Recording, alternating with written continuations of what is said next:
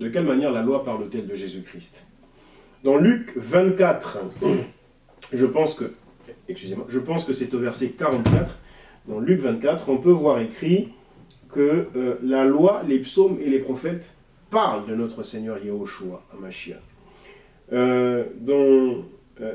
Rien donc à partir de ce verset-là, ou à partir de cette référence-là, la loi, les psaumes et les prophètes rendent témoignage de lui, et le Seigneur dit encore ailleurs là-bas, en parlant aux pharisiens, il dit vous sondez les Écritures parce que vous pensez avoir en elles la vie, vous faites bien, mais ce sont elles les Écritures qui rendent témoignage de moi. Or, quelles étaient les Écritures au moment où le Seigneur est en train de parler, quand on contextualise les choses? Les Écritures, c'était la loi, les psaumes et les prophètes. La loi, c'est-à-dire la Torah, les psaumes et les prophètes.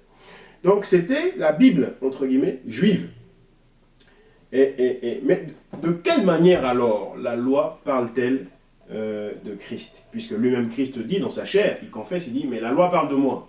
Donc de quelle manière? Parce que, en effet, quand on va consulter la loi, donc la Torah, on ne voit écrit nulle part Yahushua, Hamashiach ou Jésus-Christ ou que sais-je encore. On ne voit écrit nulle part. Donc de quelle manière? Et c'est ça la pertinence justement de cette question. C'est que, on va prendre juste un petit exemple pour ne pas s'éparpiller. Parce que souvenez-vous, c'est un format de maximum 5 minutes. Donc on va prendre Exode chapitre 12. Là c'est pareil, je ne vais pas en faire la lecture. Je vous invite à ne pas être des chrétiens paresseux, à ne pas être des chrétiens fainéants, et plutôt à vous exercer. Justement pour que on n'abuse pas de votre ignorance, entre guillemets, si tant est qu'il y a en vous l'ignorance. Alors, quand on prend ne serait-ce que Exode chapitre 12, où il est question de la célébration de la Pâque pour la toute première fois, le peuple d'Israël est en Égypte et se prépare à être délivré de l'Égypte, se prépare à sortir de l'Égypte. Donc on est la veille de la délivrance, ou de l'officialisation de la délivrance.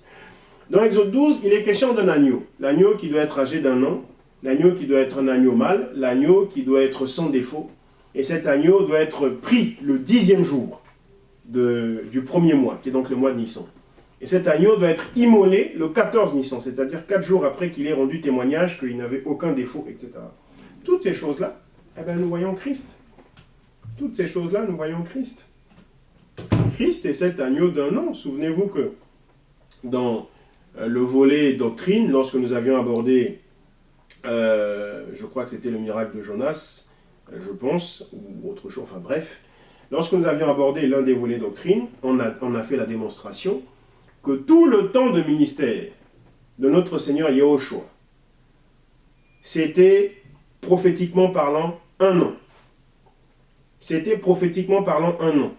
Parce que justement, lorsqu'il dit dans Luc chapitre 4, du verset 16 au verset 18 là-bas, lorsqu'il dit « Je suis venu annoncer 1 année de grâce », on a dit que 1 année de grâce, ça veut donc dire que tout le temps que le ministère ou le sacerdoce de Christ a duré sur terre, c'était prophétiquement parlant 1 seule année, c'est justement cette année de grâce. Donc l'agneau était bel et bien âgé d'1 an.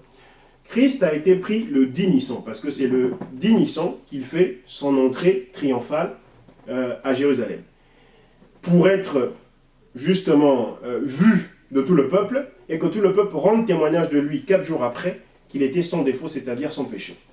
Et le 14 Nissan, le Seigneur a été crucifié. Et là encore, le 14 Nissan, indépendamment de la tradition des anciens qui n'arrêtent pas de nous lobotomiser, nous zombifier, le 14 Nissan, on a pu voir ici que c'était un mercredi.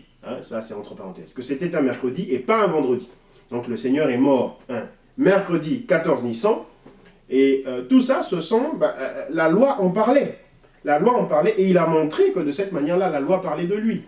Ésaïe 53, qui rejoint Exode chapitre 12, qui dit « Mais qui a cru?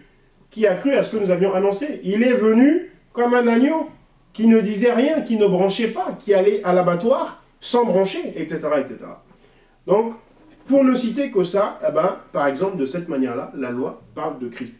Alors, il y a une sorte de procédé pour ceux qui enseignent donc la parole de Dieu, que l'on appelle la typologie.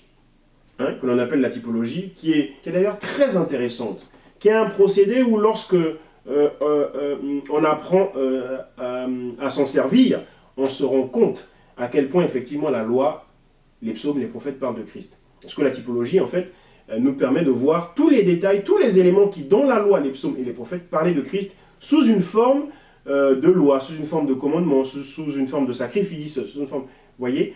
Donc, demeurez bénis, C'est de cette manière-là, entre autres, que la loi parle de notre Seigneur Yahushua Mashiach. Shalom.